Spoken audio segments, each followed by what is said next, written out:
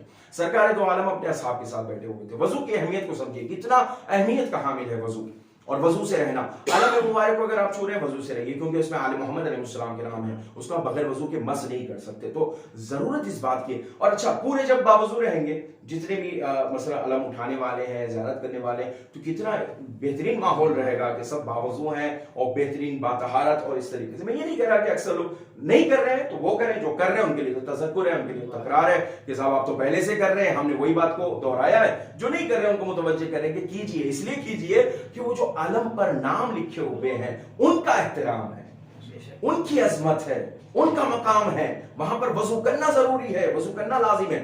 مرثیہ خان مرثیہ پڑھنے سے پہلے وضو کریں, نوحہ خان نوحہ پڑھنے سے پہلے وضو کریں, ذاکر جو ممبر پہ جا رہے ہیں ممبر پہ جانے سے پہلے وضو کریں, نوحہ خان جو نوحہ پڑھ رہے ہیں نوحہ پڑھیں. کیوں کہتے جب آپ وضو کے ذریعے سے آغاز ہوگا, نوحے میں اثر, مرثیے میں اثر, مجلس میں اثر, اور امام حسین علیہ السلام کا نام لیں گے تو طاہر زبان کے ذریعے. عظمت ہماری نہیں ہے, عظمت اس نام کی ہے جو زبان سے لیا جا رہا ہے, عظمت اس اسماء مبارکہ کی ہے جو ہم لے رہے ہیں.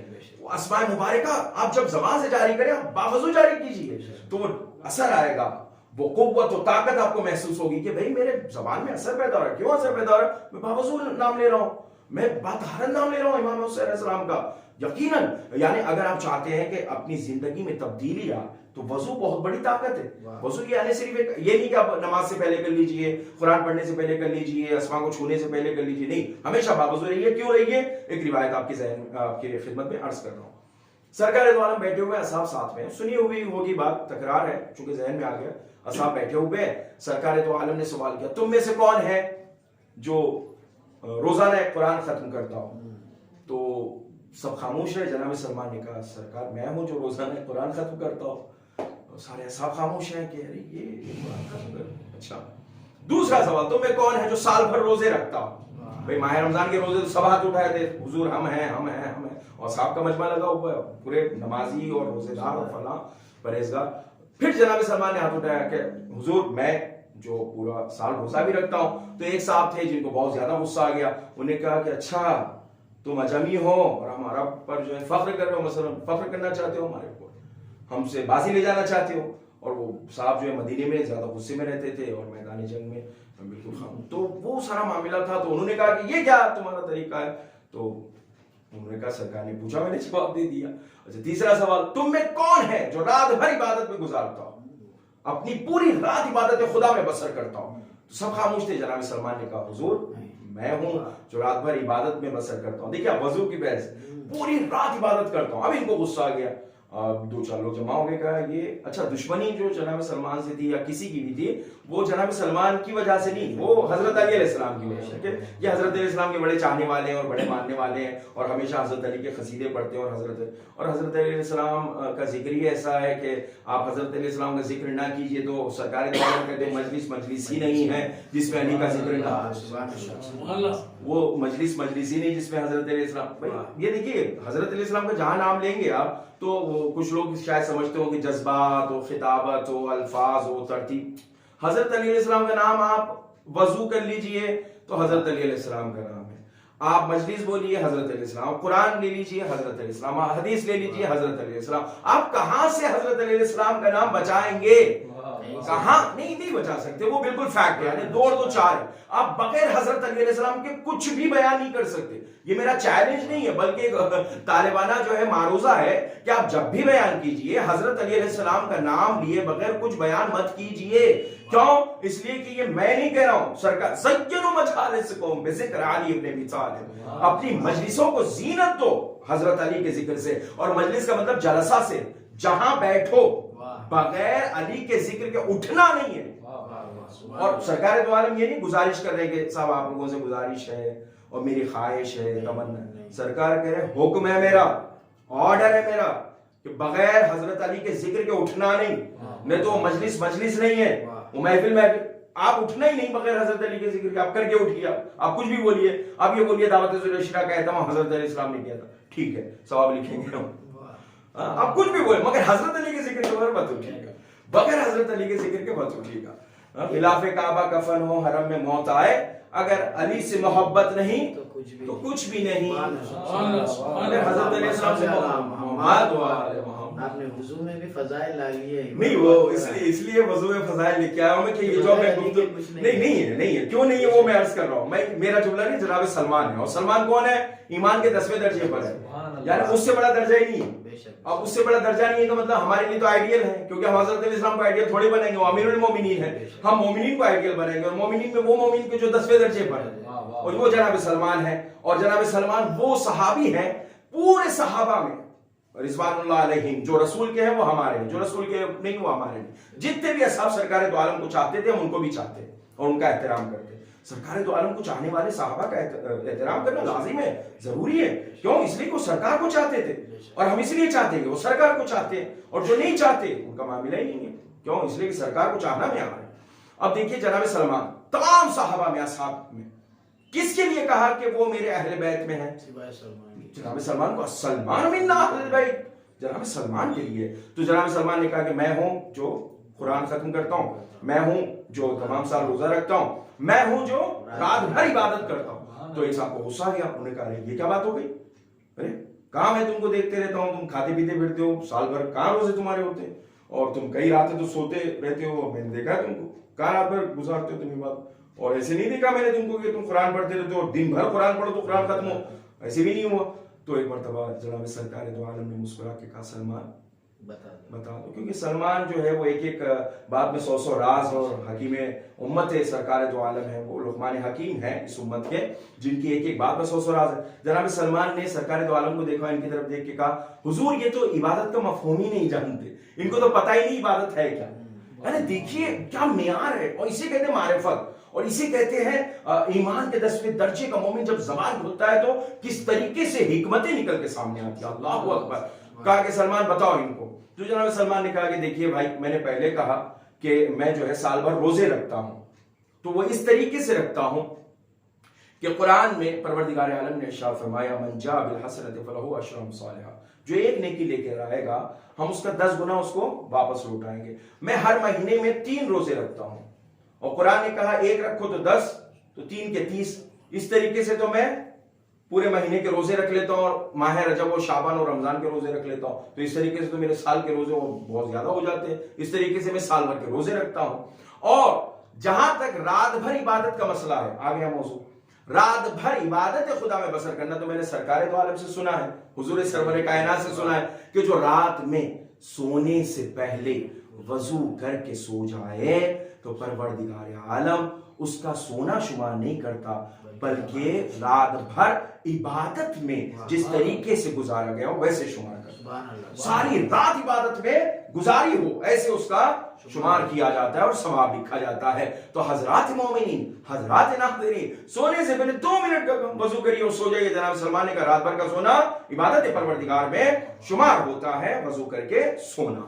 اور تیسری بات بہت اہم، تیسری بات کیا کہ تیسری بات یہ تو خیر وضو کا مسئلہ آ گیا. تیسری بات یہ ہے کہ سرکار دو عالم نے ارشاد فرمایا کہ جو ہے جو بھی سورہ قل اللہ احد 1 مرتبہ پڑھے تو 1 تہائی قرآن، 2 مرتبہ پڑھے تو 2 تہائی قرآن، 3 مرتبہ پڑھے تو مکمل قرآن. تو میں روزانہ 3 مرتبہ قل اللہ احد پڑھ لیتا ہوں. اور سورہ فاتحہ میں بھی اس لیے سورہ قل اللہ احد رکھا گیا کہ الحمد سے آغاز ہے، فاتحۃ الکتاب ام الکتاب 7 مثانی، اس کے بعد 3 مرتبہ قل اللہ، تاکہ مرحوم کو جو ثواب پہنچ رہا ہے وہ مکمل قرآن کا ثواب پہنچ رہا ہے. یہ نقطہ میں نے اس لیے عرض کر دیا کہ بہت اہم ہے. یعنی ہم 3 مرتبہ قل اللہ نہیں پڑھ رہے بلکہ مکمل قرآن. سرکار نے ارشاد فرمایا کہ مکمل قرآن کا ثواب، اور کوئی بھی ثواب بغیر فاتحہ کے نہیں ہے. تو پہلے فاتحہ ہے اور اس کے بعد 3 مرتبہ قل اللہ احد ہے، تاکہ مرحوم کو مکمل قرآن کا ثواب پہنچ.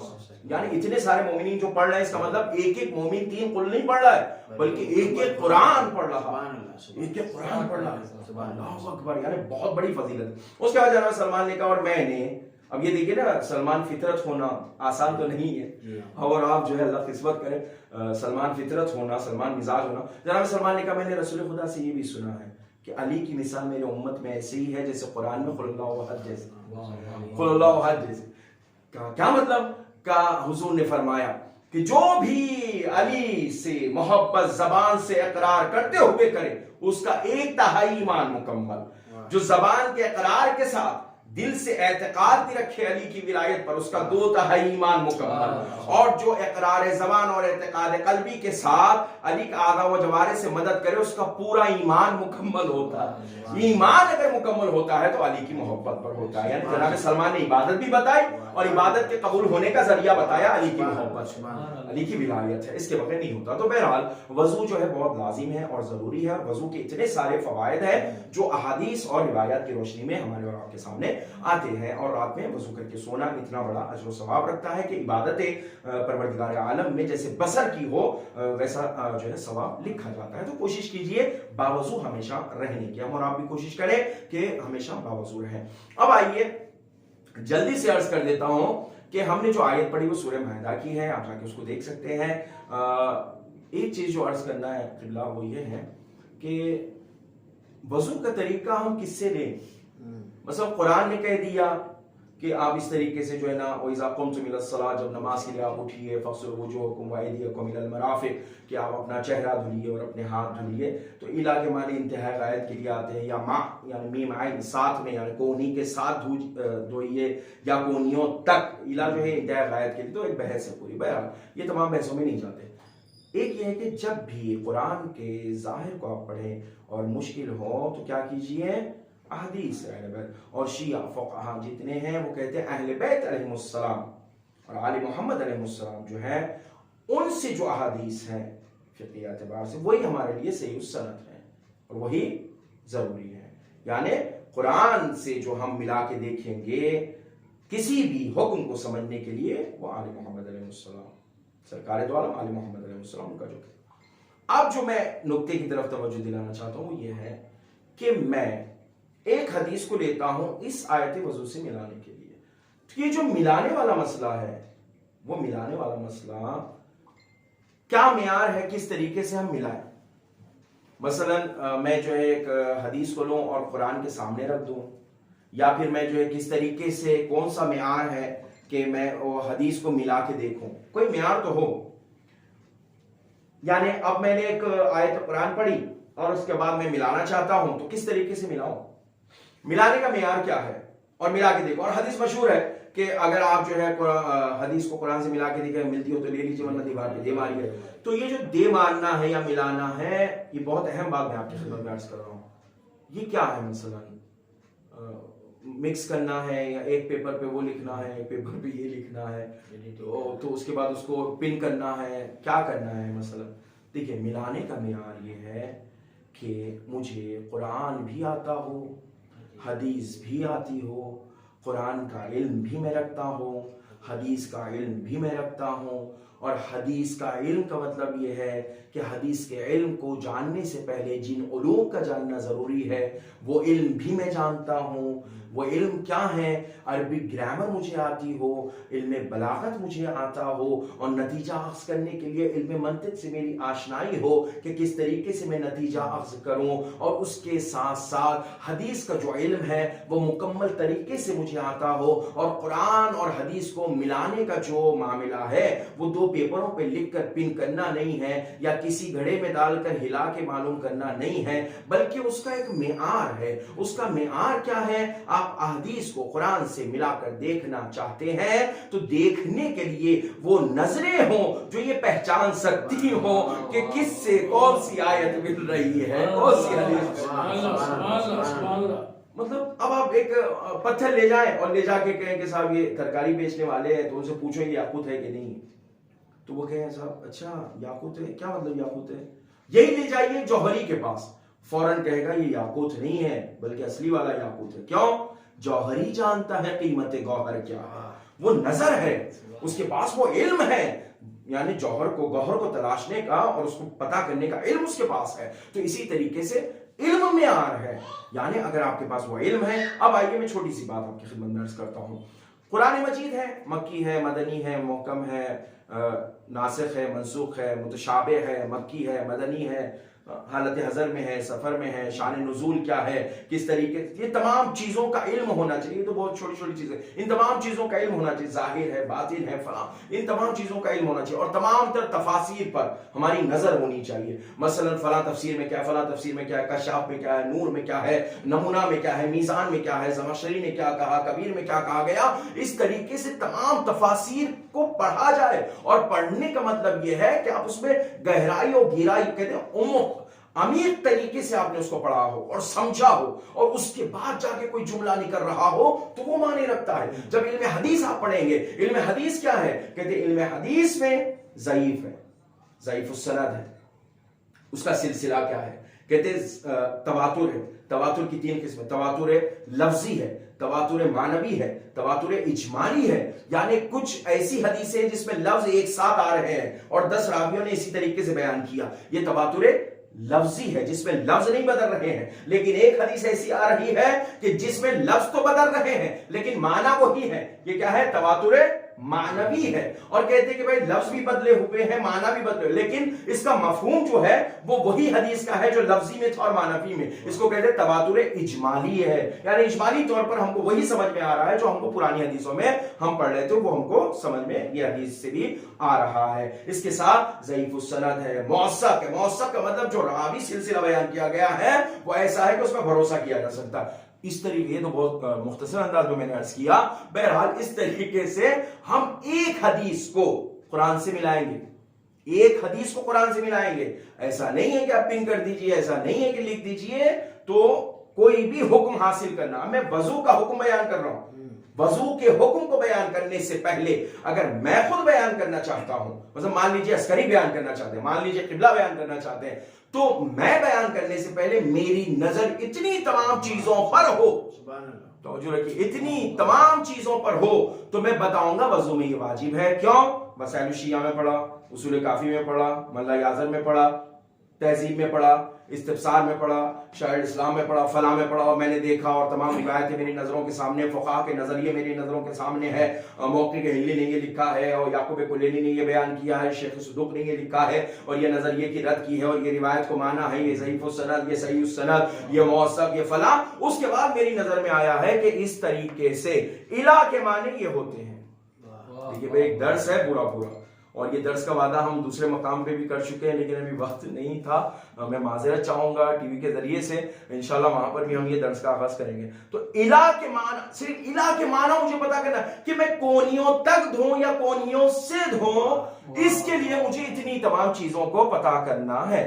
تو اس کو پتا کرنے کے لیے آفس ہے, کالج ہے, اسکول ہے, دنیا بھر کی ذمہ داریاں ہیں, میرے کام ہے, میری ذمہ داری ہے, میری نوکری ہے, میرے گھر کی چیزیں ہیں. تو کوئی تو ہو جو ان تمام چیزوں کو پتا کرتا ہو, کوئی تو ہو ان تمام چیزوں کو جانتا ہو, کوئی تو ہو جن علوم پر تسلط رکھتا ہو, کوئی تو ہو جن علوم کو جاننے والا ہو, کوئی تو ہو جنہوں نے ان علوم کو پڑھا ہو اور گھول کے پی گئے ہوں اور عمق میں, گہرائی میں جا کر ان کو نکال کر لائے ہوں, ان موتیوں کو تلاش کیا ہو, تاکہ ہر دور میں ہم بتا سکیں کہ ہم اس کے ماننے والے ہیں جس نے منبر کوفہ میں بیٹھ کے کہا تھا جو چاہتے ہو مجھ سے پوچھ لو. مولا کو اگر دیکھنا چاہتے ہو تو ان کے خادموں کو دیکھ لو, ان کے غلاموں کو دیکھ لو, ان کے نوکروں کو دیکھ لو, جنہوں نے ان کے در سے حاصل کر کے کہا مولا اگر آپ نہ ہوتے یہ حدیث سمجھ میں نہ آتی, آپ نہ ہوتے یہ آیت سمجھ میں نہ آتی, آپ نہ ہوتے یہ تفسیر سمجھ میں نہ آتی, آپ نہ ہوتے یہ مسئلہ حل نہ ہوتا, آپ نہ ہوتے ہم فقہ نہ سمجھتے, آپ نہ ہوتے ہم تفسیر نہ سمجھتے. یہ بڑا مسئلہ ہے. بہرحال تو اتنے تمام مسائلوں کے بعد کیا نکل کے آتا ہے؟ وضو کا حکم. اب وضو کیا ہے؟ چلیے بسم اللہ. وضو میں کچھ چیزیں مستحب ہیں, کچھ چیزیں واجب ہے, کچھ چیزیں حرام ہیں, نہیں کر سکتے. کیا ہے؟ سب سے پہلے جو مستحب ہے وہ دونوں ہاتھوں کی کلائیوں سے انگلیوں تک دھونا, یہ مستحب ہے. مستحب کا مطلب ہم نے آپ کی خدمت میں عرض کر دیا. کیا ہے مستحب؟ جس کو انجام دینا باعث ثواب ہے, جس کا ترک کرنا کوئی گناہ نہیں ہے, کوئی عقاب نہیں ہے. ہم نے ابتدا میں عرض کیا واجب, حرام, مستحب, مکروہ, مباح, احکام خمسہ. اب جتنی چیزیں ہم بیان کریں گے وہ انہی 5 چیزوں کے درمیان میں آنے والی ہیں. یہ ہے مستحب. یہاں سے اس طریقے سے جو آپ ہاتھ دھل رہے ہیں ابتدا میں, یہ مستحب ہے. 3 مرتبہ کلی کرنا مستحب ہے. 3 مرتبہ ناک میں پانی ڈالنا مستحب ہے, واجب نہیں ہے. اور ایک چیز جو وضو کے درمیان میں ہوتی ہے, جو ہم کو اور آپ کو بھی رعایت کرنی چاہیے, وہ کیا ہے وہ میں آپ کی خدمت میں عرض کر دوں.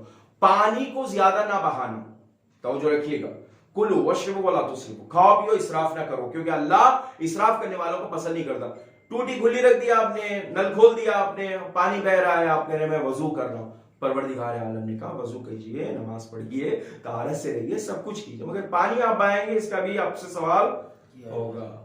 تو کوشش کیجئے, چاہے وہ مسجد ہو, چاہے وہ امام بارگاہ ہو, چاہے وہ حسینیہ ہو, چاہے گھر ہو, ہر جگہ پر آپ وضو کیجئے. آپ اپنا چہرہ دھلیے, آپ اپنا چہرہ جو ہے صاف کر رہے ہیں, لیکن تب بھی پانی کا اسراف کرنے کی اسلام اجازت نہیں دیتا. تو جو دین اسلام پانی کو بلا وجہ کے بہانے کی اجازت نہیں دیتا, وہ کیا کسی کا بلا وجہ کے خون بہانے کی اجازت دیتا؟ سبحان اللہ, سبحان اللہ. دین اسلام تو پانی بچانے کا حکم دے رہا ہے ہم لوگوں کو.